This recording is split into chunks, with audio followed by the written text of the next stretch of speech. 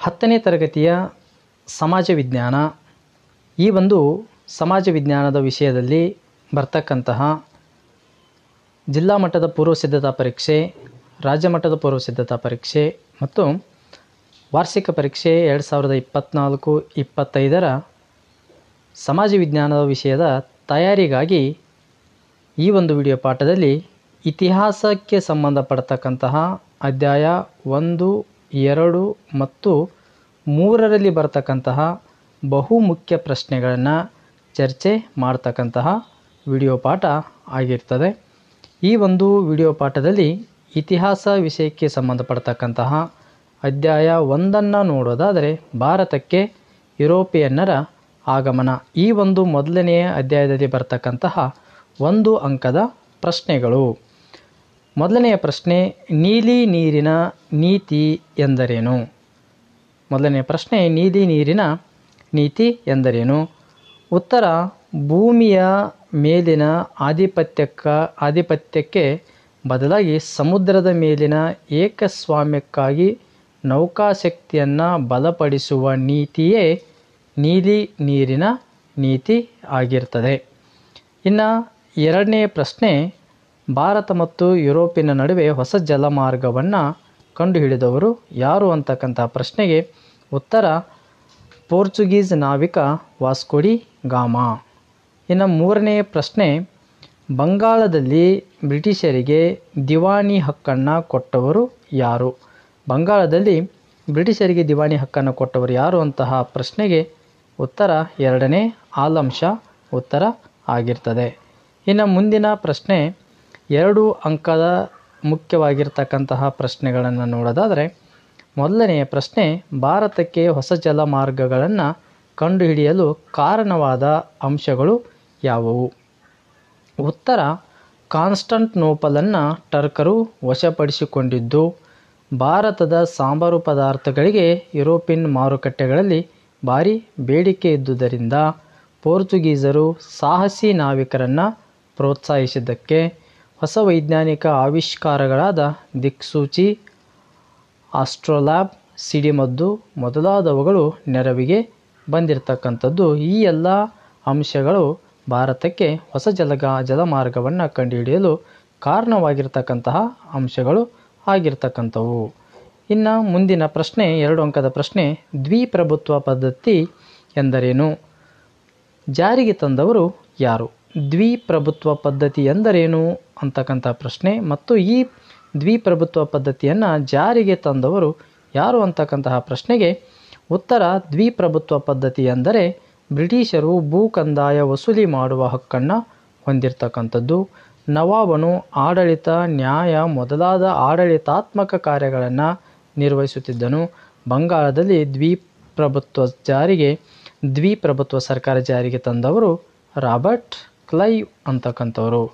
ಇನ್ನು ನೆಕ್ಸ್ಟ್ ಪ್ರಶ್ನೆ, ಬಕ್ಸಾರ್ ಕದನದ ಪರಿಣಾಮಗಳು ಏನು? ಬಕ್ಸಾರ್ ಕದನದಿಂದ ಆಗಿರತಕ್ಕಂತಹ ಪರಿಣಾಮಗಳೇನು ಅಂತಕ್ಕಂತಹ ಪ್ರಶ್ನೆಗೆ, ಈಸ್ಟ್ ಇಂಡಿಯಾ ಕಂಪನಿಗೆ ಬಂಗಾಳದ ಮೇಲಿನ ದಿವಾನಿ ಹಕ್ಕನ್ನು 2ನೇ ಶಾ ಆಲಂ ನೀಡಿರ್ತಾನೆ. ಇದು ಅದರ ಮೊದಲನೇ ಪರಿಣಾಮ. ಶಾ ಆಲಂ ವಾರ್ಷಿಕ ಅಂದರೆ ಒಂದು ವರ್ಷಕ್ಕೆ 26 ಲಕ್ಷ ರೂಪಾಯಿಗಳನ್ನು ಪಡೆದು ಬಂಗಾಳದ ಮೇಲಿನ ತನ್ನ ಹಕ್ಕನ್ನೆಲ್ಲ ಬಿಟ್ಟು ಕೊಡಬೇಕಾಯಿತು. ಬಂಗಾಳದ ಮೇಲಿರ್ತಕ್ಕಂಥ ಹಕ್ಕನ್ನೆಲ್ಲ 26 ಲಕ್ಷ ರೂಪಾಯಿ ವಾರ್ಷಿಕವಾಗಿ ಪಡೆದು ಶಾ ಆಲಂ ತನ್ನ ಬಂಗಾಳದ ಮೇಲಿನ ತನ್ನೆಲ್ಲ ಹಕ್ಕನ್ನು ಬಿಟ್ಟು ಕೊಡಬೇಕಾಯಿತು. 3, ಶಾಜುದ್ದೌಲನು ಕಂಪನಿಗೆ ಯುದ್ಧ ನಷ್ಟ ಪರಿಹಾರಕ್ಕಾಗಿ 50 ಲಕ್ಷ ರೂಪಾಯಿಯನ್ನು ಕೊಡಬೇಕಾಯಿತು. ಮೀರ್ ಜಾಫರ್ ಮರಣ ಹೊಂದಿದ್ದರಿಂದ ಅವನ ಮಗನಿಗೆ ವಿಶ್ರಾಂತಿ ವೇತನ ನೀಡಿ ಬಂಗಾಳದ ಪೂರ್ಣ ಆಡಳಿತವನ್ನು ಕಂಪನಿ ನಿರ್ವಹಿಸಿತು ಅಂತಕ್ಕಂಥ ಪ್ರಶ್ನೆ. 7, ಪ್ಲಾಸಿ ಕದನಕ್ಕೆ ಕಾರಣಗಳೇನು? ಉತ್ತರ, ದಸ್ತಕಗಳ ದುರುಪಯೋಗ, ಅನುಮತಿ ಇಲ್ಲದೆ ಕೋಟೆಯ ದುರಸ್ತಿ. ಇವು 2 ಪ್ಲಾಸಿ ಕದನಕ್ಕೆ ಕಾರಣಗಳಾಗಿರ್ತವೆ. ಮುಂದಿನ ಪ್ರಶ್ನೆ, ಕಪ್ಪು ಕೋಣೆ ದುರಂತದ ಬಗ್ಗೆ ಬರೆಯಿರಿ ಅಂತಕ್ಕಂಥದ್ದು. ಇದು ಕೂಡ ನಿಮಗೆ 2 ಅಂಕದ ಪ್ರಶ್ನೆ ಬರ್ತದೆ. ಬಟ್ ಪ್ಲಾಸಿ ಕದನಕ್ಕೆ ಇದು ಕೂಡ ಕಪ್ಪು ಕೋಣೆ ದುರಂತ ಕೂಡ ಒಂದು ಕಾರಣ ಆಗ್ತದೆ. ಹಾಗಾಗಿ ಈ 3 ಪಾಯಿಂಟ್ಗಳನ್ನು ನೀವು 2 ಮಾರ್ಕ್ಸಿಗೆ ಬರಿಬೇಕಾಗುತ್ತದೆ. ಹಾಗೆ ಕಪ್ಪು ಕೋಣೆಯ ದುರಂತ ಎಂದರೇನು ಅಂತಕ್ಕಂಥ ಪ್ರಶ್ನೆ ಕೂಡ ಪ್ರಿಪರೇಷನ್ ಮಾಡಿಕೊಳ್ಬೇಕಾಗ್ತದೆ. ನೆಕ್ಸ್ಟ್ ಮುಂದಿನ ಪ್ರಶ್ನೆ, ಪ್ಲಾಸಿ ಕದನದ ಪರಿಣಾಮಗಳನ್ನು ವಿವರಿಸಿ ಅಥವಾ ಹೇಳಿರಿ ಅಂತಕ್ಕಂಥದ್ದು. ಭಾರತೀಯರಲ್ಲಿದ್ದ ಅನೈಕ್ಯತೆ, ಅಸಂಘಟನೆ ಮತ್ತು ಈ ಕಾಲದ ವ್ಯಾಪಾರಿ ವರ್ಗದಲ್ಲಿ ಲೋಭಿತನವನ್ನು ಪ್ರದರ್ಶಿಸಿತು. ಮೀರ್ ಜಾಫರ್ ಬಂಗಾಳದ ನವಾಬನಾದನು. ಎರಡನೇ ಪಾಯಿಂಟ್, ಕಂಪನಿಯು ಬಂಗಾಳ ಪ್ರಾಂತ್ಯದಲ್ಲಿ ವ್ಯಾಪಾರ ನಡೆಸಲು ಅನಿರ್ಬಂಧಿತ ಹಕ್ಕನ್ನು ಪಡಿತಕ್ಕಂಥದ್ದು. ಸಿರಾಜನು ಕಲ್ಕತ್ತಾದ ಮೇಲೆ ನಡೆಸಿದ ಆಕ್ರಮಣಕ್ಕೆ ಪರಿಹಾರವಾಗಿ ಮೀರ್ ಜಾಫರನು ಕಂಪನಿಗೆ 17,70,00,000 ರೂಪಾಯಿಗಳನ್ನು ನೀಡಿದನು. 17,70,00,000 ರೂಪಾಯಿಗಳನ್ನು ನೀಡ್ತಾನೆ. ಮುಂದಿನ ಪ್ರಶ್ನೆ, ಮೂರನೇ ಕರ್ನಾಟಿಕ್ ಯುದ್ಧದ ಪರಿಣಾಮಗಳೇನು? ಉತ್ತರ, ಸರ್ ಐರ್ ಕೂಟನು ಫ್ರೆಂಚರನ್ನು ಸೋಲಿಸಿದನು. ಬುಸ್ಸಿಯನ್ನು ಸೆರೆ ಹಿಡಿಯಲಾಯಿತು. ಲಾಲಿಯು ಪಾಂಡಿಚೇರಿಯಲ್ಲಿ ತಲೆಮರೆಸಿಕೊಂಡನು. ಲಾಲಿಯು ಬೇಷರತ್ತಾಗಿ ಶರಣಾಗತನಾದನು ಅಂತಕ್ಕಂತಹ ಉತ್ತರ.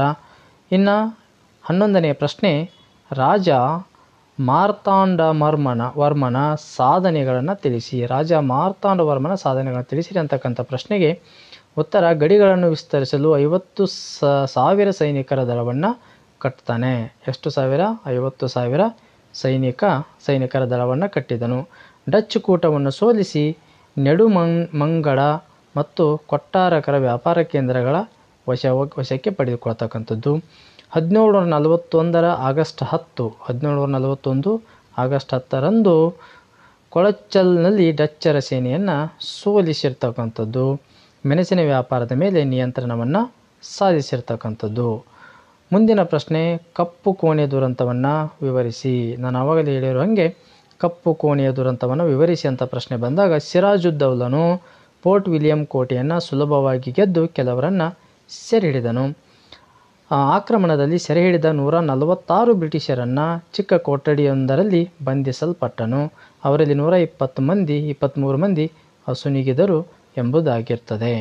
ಇದು ಭಾರತಕ್ಕೆ ಯುರೋಪಿಯನ್ನರ ಆಗಮನದ ಮೇಲೆ ಬರ್ತಕ್ಕಂಥ ಇಂಪಾರ್ಟೆಂಟ್ ಪ್ರಶ್ನೆಗಳು. ಇನ್ನು 2ನೇ ಅಧ್ಯಾಯ, ಬ್ರಿಟಿಷ್ ಆಳ್ವಿಕೆಯ ವಿಸ್ತರಣೆ. ಭಾರತದಲ್ಲಿ ಬ್ರಿಟಿಷರ ಆಳ್ವಿಕೆಯನ್ನು ಹೇಗೆ ವಿಸ್ತರಿಸಲಾಯಿತು ಅಂತಕ್ಕಂತಹ ಈ ಒಂದು ಪಾಠದ ಮೇಲೆ ಮೊದಲನೆಯ ಇಂಪಾರ್ಟೆಂಟ್ ಆಗಿರತಕ್ಕಂಥ 2 ಅಂಕದ ಪ್ರಶ್ನೆಗಳು.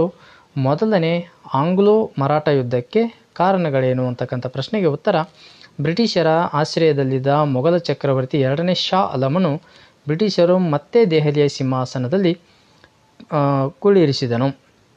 2ನೇ ಪಾಯಿಂಟ್, ಶಾ ಆಲಂ ಮೊದಲು ಬ್ರಿಟಿಷರಿಗೆ ನೀಡಿದ ಕೋರಾ ಮತ್ತು ಅಲಹಾಬಾದ್ಗಳನ್ನು ಮರಾಠಿಗರಿಗೆ ಕೊಟ್ಟನು. 3ನೇ ಪ್ರಶ್ನೆ, 3ನೇ ಆಂಗ್ಲೋ ಮರಾಠ ಯುದ್ಧದ ಪರಿಣಾಮಗಳನ್ನು ಬರೆಯಿರಿ ಅಂತಕ್ಕಂಥದ್ದು. 3ನೇ ಆಂಗ್ಲೋ ಮರಾಠ ಯುದ್ಧದ ಪರಿಣಾಮಗಳನ್ನು ಬರೆಯಿರಿ ಅಂತಂದಾಗ, 2ನೇ ಬಾಜಿರಾಯನು ಕೋರೆಗಾಂವ್ ಮತ್ತು ಅಸ್ಟಿ ಯುದ್ಧಗಳಲ್ಲಿ ಸೋತು ಶರಣಾದನು. ಬ್ರಿಟಿಷರು ಪೇಶ್ವೆ ಪದವಿಯನ್ನು ರದ್ದುಗೊಳಿಸಿದರು.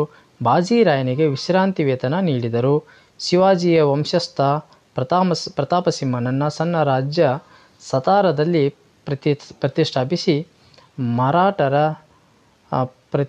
ಪ್ರತಿನಿಧಿತ್ವವನ್ನು ವಹಿಸಿದನು.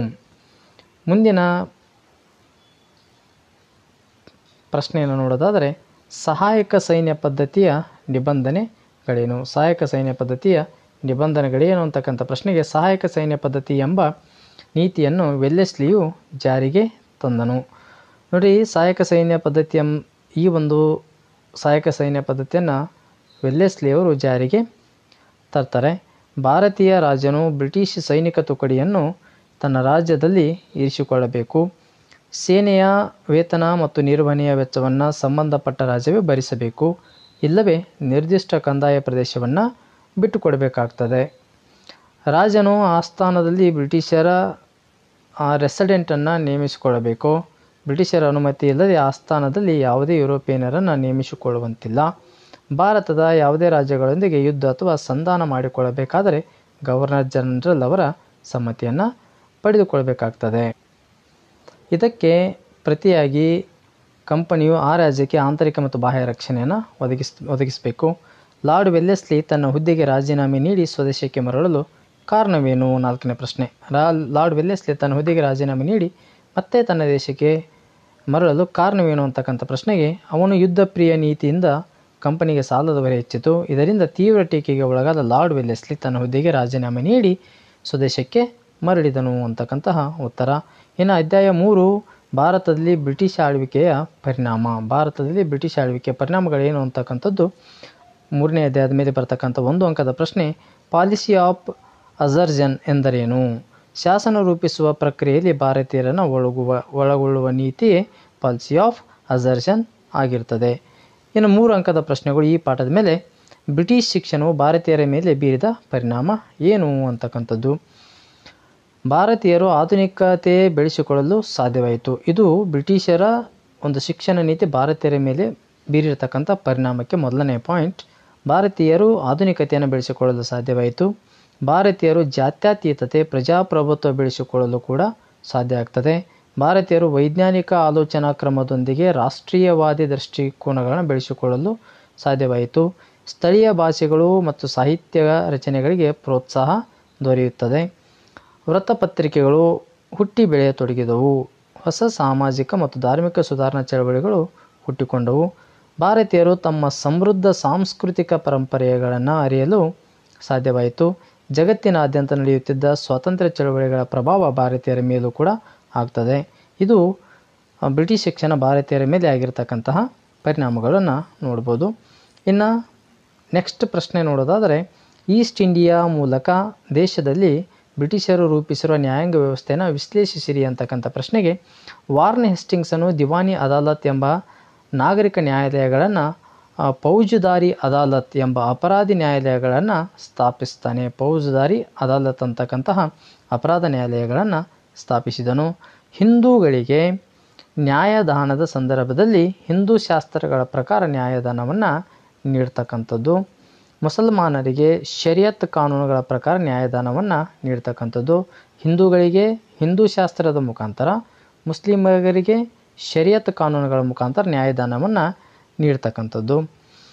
ನಾಗರಿಕ ನ್ಯಾಯಾಲಯಗಳು ಯುರೋಪಿನ ಜಿಲ್ಲಾಧಿಕಾರಿಗಳ ಅಧ್ಯಕ್ಷತೆಯಲ್ಲಿ ಕಾರ್ಯನಿರ್ವಹಿಸತಕ್ಕದ್ದು.